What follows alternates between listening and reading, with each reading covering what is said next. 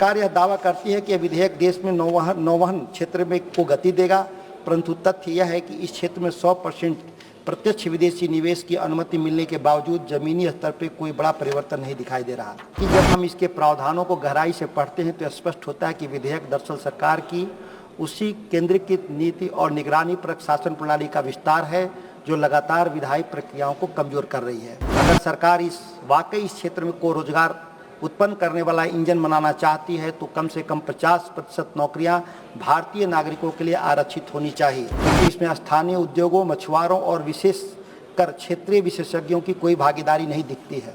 माननीय सदस्य श्री सुधाकर सिंह जी, श्री सुधाकर सिंह जी।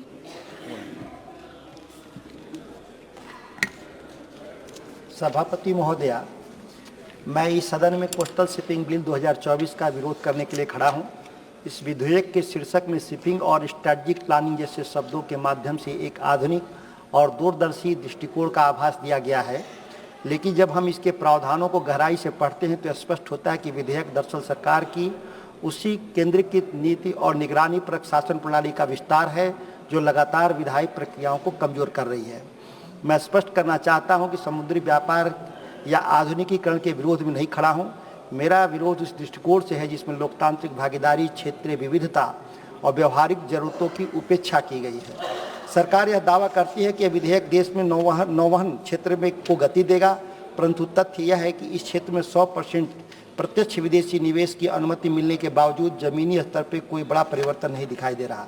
कारण साफ है, नीतियों की अस्पष्टता, प्रक्रियाओं की जटिलता और सबसे अहम भारतीय नाविकों और श्रमिकों को रोजगार में प्राथमिकता देने की गारंटी नहीं।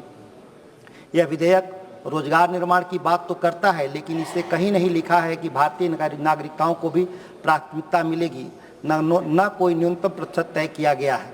अगर सरकार वाकई इस क्षेत्र में को रोजगार उत्पन्न करने वाला इंजन बनाना चाहती है तो कम से कम 50% नौकरियां भारतीय नागरिकों के लिए आरक्षित होनी चाहिए। ऐसा नहीं है। भारत के बहुत सारे नौजवान दुनिया के अन्य देशों में नौ परिवहन में काम कर रहे हैं। लोग लगातार खबरें आती हैं कि विदेशों में जो हाईजैक कर लिए जाते हैं समुद्री जो जहाज और बरसों तक उसमें फंसे रहते हैं। इस विधेयक में 2 वर्षों के भीतर एक राष्ट्रीय तटीय अंतर्देशीय शिपिंग रणनीति बनाने की बात की गई है, लेकिन इसमें स्थानीय उद्योगों, मछुआरों और विशेषकर क्षेत्रीय विशेषज्ञों की कोई भागीदारी नहीं दिखती है। यह भारत की व्यापक परिवहन और व्यापारिक आकांक्षाओं से स्पष्ट रूप से कटा हुआ प्रतीत होता है। विशेष रूप से राष्ट्रीय लॉजिस्टिक ढांचे में आंतरिक जलमार्गों को एकीकृत करने की अत्यंत आवश्यकता के संदर्भ में कोई यहाँ चर्चा नहीं है। सरकार ईज ऑफ डूइंग बिजनेस और लॉजिस्टिक लागत को कम करने की बात करती है, लेकिन यह विधेयक नदी परिवहन की क्रांतिकारी संभावनाओं को पूरी तरह से बेदखल कर देती है। खासतौर से बिहार जैसे राज्यों में जिन्हें प्राकृतिक दृष्टि से एक अद्वितीय भौगोलिक लाभ प्राप्त है। बिहार में 7 प्रमुख नदियाँ गंगा, गंडक, घाघरा, कोसी, सोन, कर्नासा और पुनपुन नदी बहती। यह प्राकृतिक राजमार्ग अभी भी भारी रूप से उपेक्षित है। राष्ट्रीय जलमार्ग अधिनियम 2016 के तहत घोषित 111 राष्ट्रीय जलमार्गों में से कई जैसे NW1, NW37, NW58 मुख्य रूप से बिहार होकर गुजरते हैं, जिससे नेपाल को भी अंतर्राष्ट्रीय व्यापार को सुविधा देने की बात कही गई है। और समुद्री मार्ग से नेपाल के साथ जो हमारा समझौता हुआ है भारत का, वो इन्हीं नदियों के माध्यम से संभव हो पाएगा। इसलिए इन नदियों पर भी कोई बिना जोड़े हुए हम नेपाल को समुद्री व्यापार का रास्ता दे नहीं पाएंगे। गंगा नदी विशेष रूप से राष्ट्रीय जलमार्ग 1 का हिस्सा है, जो इलाहाबाद से हल्दिया तक पूर्वी उत्तर प्रदेश, बिहार, झारखंड, पश्चिम बंगाल होकर जाती है। कुल लंबाई 1600 किलोमीटर है।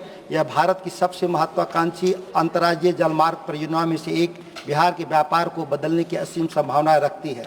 उपलब्ध आंकड़े की दिशा में स्पष्ट रूप से inland waterway authority of India के अनुसार राष्ट्रीय जलमार्ग 1 के जरिए माल ढुलाई की लागत 1 रुपये 30 पैसे प्रति टन किलोमीटर है, जबकि रेल से 2 रुपये 41 पैसे और नदी के जरिए 3 रुपये 62 पैसे खर्च आ रहा है। वहीं जो साहिबगंज टर्मिनल पर लागत 4.5 रुपये प्रति टन है। यह आंकड़े मामूली नहीं हैं, यह आर्थिक क्रांति के वाहक हैं। साथ ही IWT न केवल 4 गुना कम ईंधन खर्च कम करता है, बल्कि कम प्रदूषण, न्यूनतम शोर और लगभग शून्य दुर्घटना लागत के साथ माल परिवहन का सबसे टिकाऊ और पर्यावरण सम्मत तरीका है। बिहार जैसे राज्यों में जहां रोजगार और औद्योगिक संपर्क दोनों की नितांत आवश्यकता है, IWT आर्थिक दक्षता और पारिस्थितिक संतुलन दोनों को प्रदान करता है। हमने इसके सफल उदाहरण भी देखे हैं, जहां गंगा के जरिए विदेशों से उर्वरक पटना फतुहा तक, सीमेंट पटना तक और गाड़ियों और कलपुर्जों की सप्लाई वाराणसी तक देखने को मिला। हाल में भारत और नेपाल के बीच हुए समझौते के अनुसार गंडक और कोसी नदियों को अंतर्राष्ट्रीय जलमार्ग के रूप में विकसित किया जा रहा है, जिससे नेपाल को समुद्र तक पहुंच मिलेगी और बिहार को क्षेत्रीय व्यापार के लिए एक ऐतिहासिक अवसर मिलेगा। लेकिन परियोजनाओं के लिए गहरी जलधाराएं, उच्च क्षमता वाले बार्ज, सीमा पार लॉजिस्टिक समन्वय की आवश्यकता है, जो कि एक स्पष्ट, समर्थक और दूरदर्शी कानूनी ढांचे के बिना संभव नहीं। यह विधेयक दुर्भाग्य से इस दिशा में कोई ठोस प्रयास नहीं करता, सिर्फ समुद्री वाहकों और विदेशी शिपिंग कंपनियों तक सीमित रहता है। बिहार और पूर्वी भारत के लाखों उत्पादकों, व्यापारियों और किसानों को पूरी तरह अनदेखा करता है, जिनके लिए सस्ता और विश्वसनीय व्यापार संपर्क जीवन रेखा बन सकता है। और हमें यह नहीं भूलना चाहिए, बिहार की यही नदियाँ जो हर साल मानसून में बाढ़ बनकर तबाही लाती हैं, यदि समझदारी से प्रबंधित और नेविगेट किया जाए तो समृद्धि की रीढ़ बन सकती है। गंगा, कोसी या सोन के डरने के बजाय हमें उनकी ताकत को आर्थिक धमनियों में बदलने की आवश्यकता है। हर साल तटबंध बनाना और बाढ़ राहत देना कोई समाधान नहीं, जबकि नदियों की खुदाई, ड्रेजिंग, टर्मिनल निर्माण, फ्लड प्लेन्स, इंडस्ट्रियल हब, बाढ़ नेटवर्क में निवेश करना एक दूरदर्शी रणनीति है। नियंत्रित नौ परिवहन के लिए निरंतर रखरखाव की आवश्यकता होती है, जिसमें खुदाई, तटबंध, तट मजबूती, ट्रैफिक नियंत्रण शामिल है। और यह साल भर रोजगार देता है।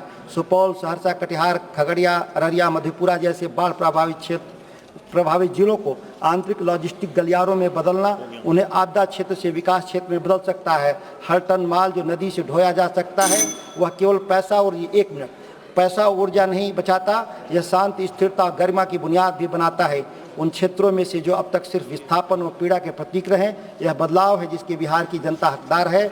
और माल परिवहन पर कोई भी गंभीर कानून, चाहे समुद्र के जरिए या नदी के, इतनी हिम्मत और कल्पना होनी चाहिए कि इस परिवर्तन को संभव बना सके। यही वह कानून जिसके भारत को जरूरत है, ना कि खोखला विधेयक जो शिपिंग कंपनियों को सेवा करता है लेकिन भारत के जलपोत निर्माताओं को भूल जाता है। धन्यवाद सभापति महोदय। माननीय सदस्य।